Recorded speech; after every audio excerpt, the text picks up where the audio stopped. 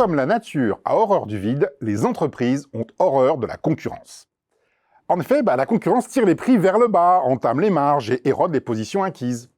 Alors dès lors, comment échapper à la concurrence? Eh bien pour cela, vous pouvez mobiliser 3 techniques de dissuasion stratégique. La première est la prolifération temporelle ou spatiale.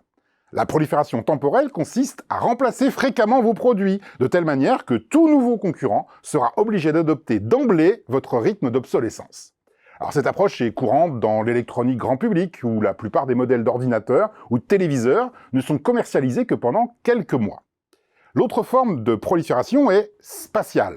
Plutôt que de vendre un produit unique, on propose des dizaines de références. Alors tout nouvel entrant devra alors développer dès le départ une gamme complète, chaque produit offrant un volume trop étroit. Alors cette approche est typique dans la lessive, les yaourts ou les céréales pour le petit déjeuner. Pourtant, ces 2 formes de prolifération ne permettent pas toujours de résister à une innovation majeure. Avec l'iPhone, Apple a ainsi redéfini à la fois le nombre de produits vendus dans l'industrie du smartphone et leur rythme de lancement. Là où Samsung couvre une large gamme fréquemment renouvelée, Apple propose seulement 4 nouveaux modèles et une seule fois par an. Devenir le métronome de son industrie, c'est démontrer qu'on la domine. La deuxième technique de dissuasion stratégique est la réputation de faible marge. Alors, il s'agit de faire croire aux concurrents potentiels que votre activité n'est pas rentable et qu'il ne vaut donc pas la peine qu'on s'y intéresse. Alors, bien entendu, il faut pour cela qu'un observateur externe ne puisse pas précisément calculer la rentabilité de chacun de vos produits. Alors, cette technique est donc réservée à des activités où de très nombreuses références sont obtenues à partir des mêmes coûts fixes. L'imputation de ces coûts fixes sur chaque produit devient alors trop complexe pour qu'on puisse reconstituer leur rentabilité. Des entreprises comme l'Air Liquide utilisent avec talent la réputation de faible marge pour dissuader leurs concurrents.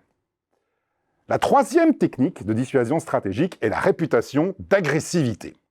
Alors elle consiste à annoncer à tout entrant potentiel que son irruption déclencherait de votre part une guerre commerciale sans merci qui viendrait ruiner ses espoirs de rentabilité.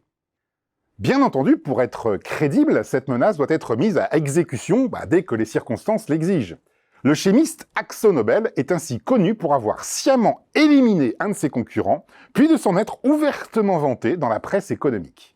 De même, Honda a bien failli tuer son concurrent Yamaha lorsque celui-ci a tenté de lui ravir la position de numéro 1 mondial de la moto. Alors attention tout de même, l'utilisation de la réputation d'agressivité implique une culture guerrière qui ne convient pas à tout le monde. Alors au total, que ce soit par la prolifération spatiale ou temporelle, la réputation de faible marge ou la réputation d'agressivité, les entreprises disposent de tout un arsenal leur permettant de dissuader leurs concurrents. Reste que ces techniques relèvent plus de la tactique que de la stratégie. Elles n'offrent pas de garantie de pérennité face à des stratégies réellement innovantes. En fait, le plus important, ce n'est pas de dissuader vos concurrents, c'est avant tout d'attirer des clients.